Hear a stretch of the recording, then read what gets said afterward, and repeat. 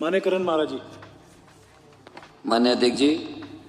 नियम 58 के तहत राजकीय कर्मचारियों की पुरानी पेंशन बहाली के संबंध में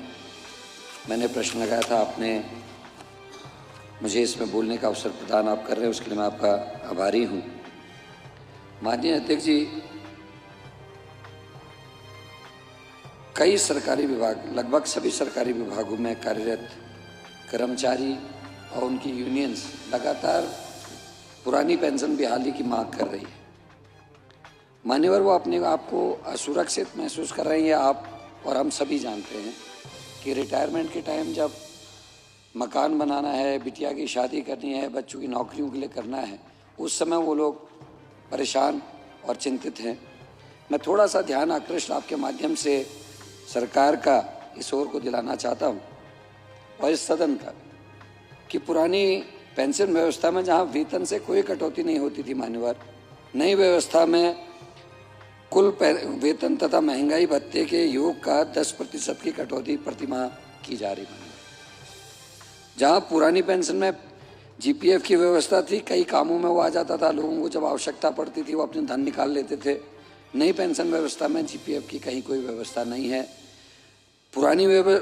जो हमारी व्यवस्था थी पेंशन की, उसमें लोन की व्यवस्था थी मान्य, लेकिन नई जो व्यवस्था है इसमें कहीं भी लोन की व्यवस्था नहीं है। हाँ, जो कुल वेतन का 10% जो जमा होता है, जो कुल जमा है उसका 25% ही मिलेगा, वो भी विशेष परिस्थितियों में, और उसमें भी ये शर्त है कि कम से कम सेवा अवधि 10 वर्ष की माननीय अध्यक्ष जी होनी चाहिए।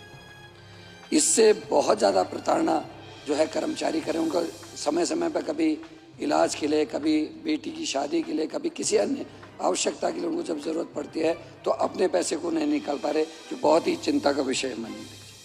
माननीय अध्यक्ष जी। पुरानी पेंशन में प्रति वर्ष 10 वर्ष के पश्चात लागू होने वाले वेतन आयोग का लाभ मिल जाता था, लेकिन नई पेंशन व्यवस्था में उसकी कहीं कोई व्यवस्था माननीय अध्यक्ष जी नहीं है।